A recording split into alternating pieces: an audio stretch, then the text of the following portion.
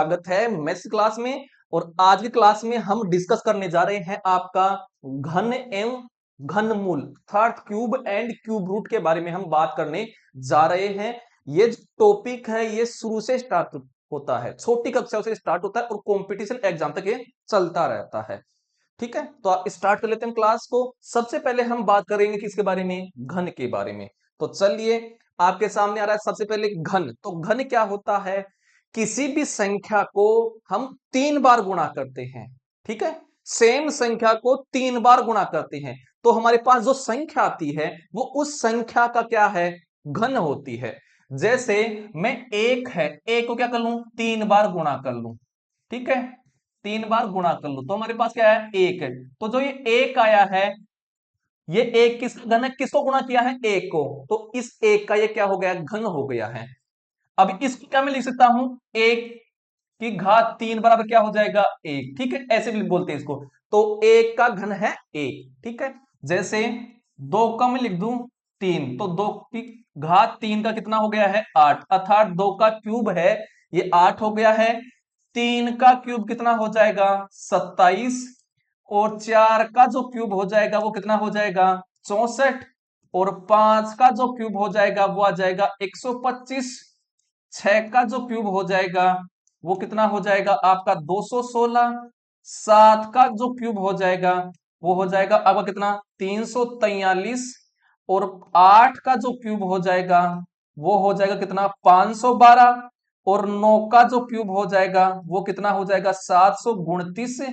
और 10 का जो क्यूब हो जाएगा वो हो जाएगा 1000 अर्थात 1000 हो जाएगा। ठीक है, तो ये तो हो गया क्या, घन। घन। और आपको 1 से लेकर के 10 तक की संख्याओं का घन याद करना जरूरी है, ताकि आपकी मैथ में क्या बने, जो कैलकुलेशन है वो फास्ट बने। ठीक है, सोल्व करना जल्दी कर दो आप। तो ये आपको 1 से लेकर के 10 तक की संख्या का घन आपको याद होना जरूरी है। तो ये तो गया क्या, घन के बारे में। अब चलिए आगे। अब हम बात कर लेते हैं घन संख्याओं के इकाई के इनके बारे में। और हमें किसके बारे में बात करना है, 1 से लेकर के 10 तक की संख्याओं के घन की इकाई का अंक ही देखना है, उसके आधार पर भी वो आगे काम आएगा। तो फिर मैं एक से लेकर के और 10 तक की संख्या को घन लिख देता हूं। तो एक का घन कितना हो गया है, एक। दो का घन कितना हो गया है, 8। 3 का घन कितना हो गया है, 27। और 4 का जो घन हो गया है वो हो गया है 64। 5 का जो घन हो गया है वो हो गया 125। 6 का जो घन हो गया है वो कितना हो गया, 216। 7 का जो घन है वो कितना हो गया, 343। और 8 का जो घन है वो हो गया है 512। और 9 का जो घन है वो हो गया है 729। और 10 का जो घन हो गया है वो कितना हो गया है, 1000 हो गया है। अब हम इकाई अंक देख लेते हैं। तो यहां पर लिख देता हूं इकाई अंक। इकाई अंक, तो इसमें इकाई का कितना है, यानी राइट साइड में जो पहला अंक होता है घन की संख्या में वो इकाई का अंक होता है। तो यहां पर इसमें 1 है, इसमें कितना है, 8 है, इसमें कितना है, 7 है, इसमें कितना है, 4 है, इसमें 5 है, इसमें 6 है, इसमें 3 है, और इसमें 2 है, और इसमें कितना है, 9 है, और इसमें क्या है, 0 है। तो आपको याद करना जरूरी है कि 10 के घन में इकाई का अंक 0 होता है, 9 के घन में इकाई का अंक 9 होता है, 8 के घन में कितना होता है, 2 होता है, 7 के घन में 3 होता है, 6 के घन में 6 होता है, 5 के घन में 5 होता है, 4 के घन में 4 होता है, 3 के घन में 7 होता है, और 2 के घन में 8 होता है, और 1 के घन में 1 होता है। ठीक है, सेम किसमें होता है, जो संख्या होती है, देखिए 9 का घन में हमेशा इसका 9 ही होगा। ठीक है, तो मैं अलग कलर से दर्शा देता हूं ये। देखिए, एक तो 1 का सेम है, इसके अलावा 4 का सेम है, 5 का भी सेम है, 6 का भी सेम है, और इसके अलावा आपका 9 का भी सेम है, और 10 का भी क्या है, सेम है। मतलब 10 में जो 0 आता है वो उसका भी क्या होता है, 0। 9 में भी 9 होता है। अलग किसका है, 8 का है, 7 का है, 2 का है, और 3 है का है, ये अलग है। तो ये आपको याद करना जरूरी है, क्योंकि इसके आधार पर हम क्या निकालेंगे, फिर घनमूल निकालना सीखेंगे। तो ये इतनी बात आपको समझ में आ गई होगी। अब चलिए आगे की तरफ। आगे देखिए, अब हम बात लेते हैं क्या, सम और विषम संख्याओं की घन के बारे में। तो सबसे पहले समझिए शब्द आ रहे हैं ना, सम संख्या क्या होती है, विषम संख्या। तो सबसे पहले मैं बात लेता हूं सम संख्या क्या होती है, जिसको बोलते हैं क्या, इवन नंबर। ठीक है, तो सम संख्या क्या होती है, जिस संख्या में दो का भाग पूरा पूरा जाता है उस संख्या को बोलते हैं क्या, सम संख्या। तो इसमें क्या जाता है, जिस संख्या में दो का भाग क्या जाता है, पूरा पूरा जाता है, उसको क्या बोलते हैं, सम संख्या बोलते हैं। जैसे उदाहरण की मैं बात करूं तो उदाहरण जैसे दो है, दो में दो का भाग पूरा पूरा जाता है। इसके अलावा देखिए 16, 16 में भी पूरा पूरा जाता है। जैसे देखिए 100, तो 100 में भी पूरा पूरा जाता है। तो जिस संख्या में दो का भाग पूरा पूरा जाएगा उसको क्या बोलेंगे, सम संख्या बोलेंगे। अब हम बात लेते हैं क्या, विषम संख्या के बारे में। तो विषम संख्या क्या हो जाएगी, सम संख्या का उल्टा हो जाएगी।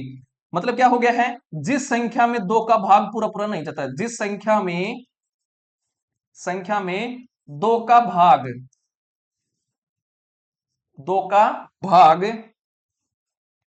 पूरा पूरा नहीं जाता है, पूरा पूरा नहीं जाता, तो उसको क्या बोलते हैं, विषम संख्या बोलते हैं। जैसे उदाहरण के बारे में बात लेते हैं। जैसे 3 हो गया है, 99 हो गया है, इसके अलावा आपका देखिए 157 हो गया है। तो जिसमें दो का भाग नहीं जाएगा पूरा पूरा, वो क्या हो जाएगी, विषम संख्या। अब हम बात लेते हैं, देखिए सम संख्याओं का जो घन होता है ना, वो सदैव सम संख्या होती है। जैसे दो है, दो क्या थी, सम संख्या, इसका घन करेंगे तो कितना गया है, 8। अब देखिए जो संख्या आई है ये क्या है, 8, इस दो का क्या है, घन है। तो 8 भी क्या है, सम संख्या है ना, क्यों, क्योंकि इसमें देखिए दो का भाग पूरा पूरा जा रहा है। जैसे 4 का घन करे तो 4 का घन कितना कितना होता है, 64।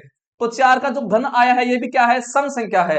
तो आपको ये याद करना जरूरी है कि सम संख्याओं का घन हमेशा सम संख्या होती है और विषम संख्याओं का घन हमेशा विषम संख्या होती है। विषम संख्या के बारे में बात कर ले तो देखिए विषम संख्या जो है ये 5 है, 5 से घन करो तो कितना आ गया है, 125 है। अब देखिए ये जो 125 है ये क्या है, विषम संख्या ना, क्योंकि इसमें दो का भाग नहीं जा रहा है। जैसे 7 का घन देखे, 7 का घन कितना होता है, 343। तो हमारे पास ये संख्या आई है, इसमें क्या दो का भाग पूरा जाता है, क्या नहीं जाता है। तो देखिए ये भी क्या है, विषम संख्या। तो विषम संख्याओं का घन हमेशा विषम संख्या होती है और सम संख्या का घन हमेशा सम संख्या होती है। ठीक है, ये जो लाइन है कई बार कंपटीशन एग्जाम में आती है, सत्य और असत्य में, कि सत्य कथन की पहचान करिए, इनमें से कौन सा सत्य है कौन सा असत्य है। ठीक है, अब चलते हैं आगे की तरफ। आगे देखिए हमारे पास, ये हमारे पास हो गए इकाई अंक की बात हमने कर ली है। नेक्स्ट देखिए, नेक्स्ट हमारे पास है निम्नलिखित कौन सी संख्या पूर्ण घन है या फिर नहीं, इसका हमें पता करना है। ठीक है, चलिए तो, और इनका पता किस विधि द्वारा करेंगे, अभाज्य गुणनखंड विधि द्वारा। तो सबसे पहले हम बात लेते हैं 512 है ये घन है या नहीं। तो ये तो पता है क्योंकि एक से लेकर के 10 तक की संख्याओं का हमने घन देख लिया है। तो 512 किसका घन है, 8 का घन है। तो इसका तो पता चल गया है कि ये 512 है, ये 8 का घन है। लेकिन जैसे हम बात करें 243 किसी का घन है या फिर नहीं है, तो 243 को ले लो, ठीक है, और ऐसे लाइन खींच लो। और अब हम भाग देंगे, भाग किसका देंगे, केवल हमेशा अभाज्य संख्याओं का। अभाज्य संख्या क्या होती है, जिसमें एक का भाग जाता है और खुद का भाग जाता है, वो क्या होती है, अभाज्य संख्या। ठीक है, और सबसे छोटी अभाज्य संख्या 2 है। तो देखिए इसमें 2 का भाग नहीं जा रहा, 3 का जा रहा है। 3 का कितनी बार गया है, 81 बार। फिर से 3 का जा रहा है कितनी बार, 2 बार, 27 बार गया है। फिर से 3 का जा रहा है कितनी बार, 9 बार। फिर से 3 का जा रहा है कितनी बार, 3 बार। फिर से 3 का जा रहा है कितनी बार, 1 बार। देखिए जब लास्ट में 1 आ जाए तब हमें रुक जाना है। और इस तरफ जो संख्या आई है उनका क्या बनाएंगे, सेम संख्या के 3 जोड़े बनाएंगे, है ना। 3 संख्या लेकर के एक जोड़ा बना देंगे। जैसे 3 है तो 3 संख्या का एक जोड़ा बना दो, बन गया है जोड़ा। ये देखिए 3 संख्या का जोड़ा नहीं बना है। तो जब सेम संख्याओं का जोड़ा नहीं बनता है तो वो क्या नहीं होते, किसी संख्या का घन नहीं होती है। ठीक है, ये बात मालूम हो गई होगी। तो ये है, ये किसी संख्या का घन नहीं है। ठीक है, जैसे हम चेक कर लेते हैं क्या, 100 को चेक कर लेते हैं कि ये है या नहीं है। तो ऐसे ही 100 लेना है और ये लाइन खींच लेनी है। सबसे पहले किसका भाग जा रहा है, 2 का, कितनी बार, 50 बार। फिर से 2 का जा रहा है कितनी बार, 25 बार। अब किसका जा रहा है, 5 का, कितनी बार, 5 बार। अब किसका जा रहा है, 5 का, कितनी बार, 1 बार। अब क्या बनाएंगे, पेयर बनाएंगे, 3-3 संख्याओं के। चलो तो देखिए नहीं बना है 2 का, न 5 का बना है, सबका बनना जरूरी है, कोई भी संख्या उसका बनना जरूरी है। तो देखिए 2 का तो नहीं बना है, 5 का भी नहीं बना है। जब नहीं बनता है तीन तीन संख्याओं का सेम पेयर, तब वो किसी का घन नहीं होती है। समझ में आ गया होगा। ठीक ठीक है, तो इस प्रकार के क्वेश्चन आते हैं। अब चलते हैं आगे की तरफ। आगे देखिए, आगे हम अब बात करते हैं घनमूल निकालना। यानी हमें किसी संख्या का क्या देगा, घन देगा, और हमें पूछेगा कि किस संख्या का घन है, वो संख्या निकालनी है। ठीक है, इस आधार पर क्वेश्चन आते हैं। तो हम घनमूल निकालना दो मेथड से सीखेंगे, एक तो अभाज्य गुणनखंड विधि द्वारा, एक देखेंगे आकलन विधि द्वारा। ठीक है, चलिए, जैसे मैं लेता हूं क्या, 729। तो 729 है किसका घन है, यह हमें निकालना है। तो सबसे पहले मैं बता देता हूं अभाज्य गुणनखंड विधि द्वारा। तो अभाज्य गुणनखंड विधि में क्या करते हैं, पहले संख्या ले लेते हैं, फिर ऐसे लाइन खींच लेते हैं। अब भाग देंगे किसका, अभाज्य संख्याओं का। तो सबसे पहले किसका भाग जा रहा है इसमें, तो इसमें भाग जा रहा है किसका, आपका देखिए 729 है, तो इसमें 3 का भाग जा रहा है। ठीक है, चलो 2 बार, 4 बार, 3 बार। अब फिर से 3 का जा रहा है कितनी बार, 81 बार। फिर से जा रहा आपका 3 का कितनी बार, 27 बार। फिर से 3 का जा रहा है कितनी बार, 9 बार। फिर से 3 का जा रहा है कितनी बार, 3 बार। फिर से जा रहा है कितनी बार, 1 बार। ठीक है, अब इस तरह जो संख्या आई है उनके क्या बनाएंगे, पेयर बनाएंगे, यानी 3 संख्या लेकर के एक पेयर बना देंगे। सेम संख्या लेनी है, तो देखिए सेम संख्या का बन गया पेयर, यहां पर भी बन गया है। अब जिसका पेयर बना है उससे क्या लेंगे, एक एक संख्या ले लेंगे। तो यहां पर 3 का बना है तो 3 ले लेंगे, यहां पर भी 3 का बना है तो 3 ले लेंगे, तो गुणा 3 कर देंगे, ले लिया है। अब इनको गुणा कर देंगे, तो 3 तिया 9। तो जो 9 आ गया है, ये क्या आ गया है, 729 का वर्गमूल आ गया है, सॉरी घनमूल आ गया, क्या 9 आ गया है। ठीक है, तो 9 का घन ये क्या है, 729 है। ये क्या होती है, अभाज्य गुणनखंड विधि। ठीक है, तो इस प्रकार से हम निकालते हैं। तो आगे आपके सामने ये है क्या, इनका हमें निकालना है। तो पहले का तो हमने सीख लिया अभाज्य गुणनखंड विधि द्वारा, ऐसे ही आपको और संख्याओं का निकालना है। ठीक है, अब हम देख लेते हैं क्या, आकलन विधि द्वारा अभाज्य यानी कि घनमूल निकालना। जैसे मैं लेता हूं 1728, इसका निकालना है हमें क्या, घनमूल। तो जब बड़ी संख्या होती है तो उनका क्या बनाएंगे, सबसे पहले पेयर बनाएंगे पीछे से तीन तीन अंकों के। तो पीछे से बनाओ, 3 अंक लीजिए, ये बन गया है और ये 1 बच गया है। ठीक है, अब सुनिए, जो 8 होता है, ये किस संख्या के का इकाई अंक होता है। तो हमने बात की थी ना, 8 किसका घन होता है, इकाई अंक की बात की थी। तो हमने बात की थी ना कि 2 का जो घन होता है वो कितना होता है आपका, 2 का घन 8 होता है। तो 2 के घन में इकाई अंक एक तो 8 होता है, हमें इकाई अंक देना लास्ट का, ये इकाई का अंक एक किसका होता है, इकाई अंक 8 है। तो देखिए आपका मैं सबका लिख देता हूं एक बार, क्योंकि सबका लिखने के बाद में आपको समझाऊंगा तभी समझ में आएगा। 3 का घन कितना होता है, तो 3 का घन आपका होता है 27। 4 का घन होता है कितना आपका 64। 5 का होता है 125। 6 का कितना होता है 216। और 7 का घन कितना होता है, 7 का घन आपका होता है कितना 343। और 8 का घन कितना होता है 512। और 9 का घन कितना होता है, 9 का घन होता है आपका 729। और 10 का घन कितना होता है 1000। ठीक है, और 1 का घन कितना होता है 1। हमें देखना है कि जो यहाँ पर 8 आ रहा है ना, ये 8 8 किसके घन में आता है, इकाई के अंक में। तो देखिए इसके दो के में आता है। ठीक है, तो दो के में आता है ना, तो यहाँ पर 2 लिख देंगे कि 2 आ गया लास्ट में। तो ठीक है, ये इकाई का अंक देखना, इसके अलावा नहीं आ रहा ना 8 किसी के इकाई घन की संख्या में। ठीक है, इसका काम हो गया। अब ये इसका को काम हो गया, एक है, एक है, एक का मान जो है ये किसके आसपास होता है, किसके घन में होता है। तो देखिए एक के का घन में एक होता है, इसके बराबर में आता है। तो ये हो गया है एक, यहां पर लिख देंगे। तो ये आ गया है क्या, 1728 का घन कितना हो, घनमूल आ गया है 12।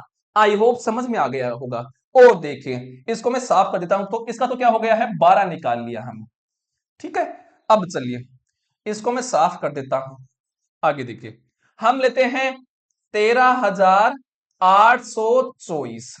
तो सबसे पहले क्या करेंगे, पीछे से 3 अंकों का जोड़ा बनाएंगे। ये बना दिया है और लास्ट में ये बच गया है। ठीक है, चलिए अब लास्ट में इसके इकाई का अंक कितना है 4। देखिए 4 किसके इकाई के अंक में आता है, तो देखिए यहां पर आ रहा है, इसमें आ रहा है, और नहीं आ रहा ना, देखिए नहीं आ रहा है। तो यहां पर इसका मान कितना हो जाएगा, 4 आ रहा है ना, किसके घन में आ रहा है 4, तो ये 4 ले लेंगे यहां पर। ठीक है, ये बात समझ में आ गई होगी।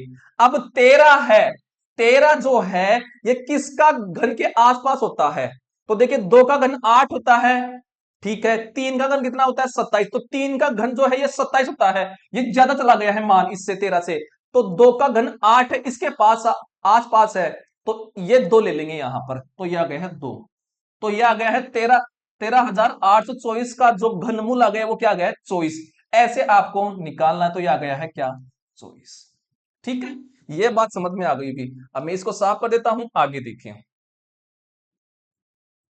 ये लीजिए, चलो तो अब हमें निकालना है 33 75 का, ये लीजिए 33 75, तो सबसे पहले पीछे से क्या बनाएंगे जोड़े, ये बना दिया और ये एक बच गया है। अब देखिए ये 5 आ रहा है, इसके इस संख्या में 5 इकाई का अंक, देखिए किस संख्या के मान में इकाई का अंक 5 है, तो देखिए यहां पर देखिए 5 है ना, इसमें ही है केवल इकाई का अंक, बाकी का मन नहीं है इकाई का अंक, तो ये किसका घन है, ये 125 5 का है, तो यहां पर 5 लिख देंगे। ठीक है, चलो अब 3 है, 3 है, किसका घन के आसपास ये 3 आ रहा है, तो देखिए एक का घन 1 होता है, यहां पर 1 हो गया, 2 का घन 8 हो गया, तो ये 8 ज्यादा हो जाएगा 3 से, तो ये इसके आसपास है, तो किसका है 1 का, तो ये 1 यहां पर लिख देंगे। तो 33 75 का घनमूल आ गया है 15, तो ये आ गया है 15। ठीक है, चलिए इसका भी हो गया है। अब चलते हैं हम आगे की तरफ, लास्ट संख्या हमारे पास है।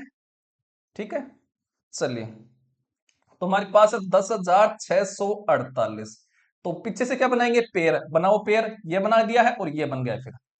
चलो 8 है, ये किसके इकाई के अंक में आता है, तो देखिए 8 कहां पर आ, देखिए यहां पर आ रहा है ना, किसका घन है ये 2 का, तो आ जाएगा 2 यहां पर आ जाएगा।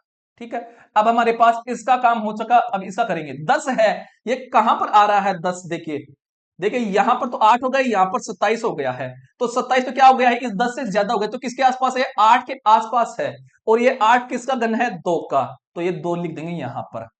तो 22 का जो 22 आ गया किसका घनमूल 10,648 का, तो ये आ गया इसका घनमूल 22 आ गया है। ठीक है, ऐसे आपको निकालना है, तो 1 से लेकर के 10 तक की संख्याओं का घन तो आपको याद करना ही जरूरी है, फिर उसके आधार पर बाकी संख्याओं का हम घनमूल निकाल लेंगे। आगे चलते हैं, आगे देखिए हमारे पास अब इस प्रकार के क्वेश्चन आते हैं, वह सबसे छोटी संख्या ज्ञात कीजिए जिससे निम्नांकित संख्या को गुणा करने पर पूर्ण घन संख्या हो जाए। इस प्रकार के क्वेश्चन कॉम्पिटिशन एग्जाम में आते हैं।